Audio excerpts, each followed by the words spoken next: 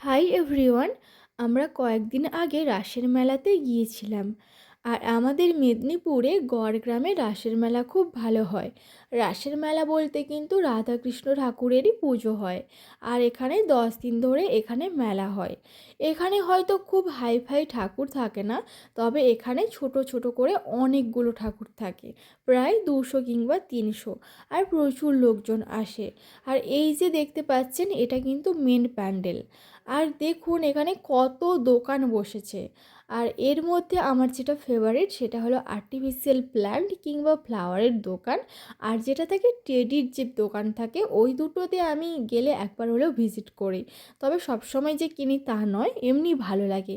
এই যে এখানে বিভিন্ন ধরনের মাটির মূর্তি করে সমাজের বিভিন্ন চিত্র তুলে ধরেছে এবং বিভিন্ন ভগবানের কাহিনী এরা কিন্তু তুলে ধরেছে। আর কোথায় রাস ভালো হয় জানলে আপনারা কমেন্ট করবেন।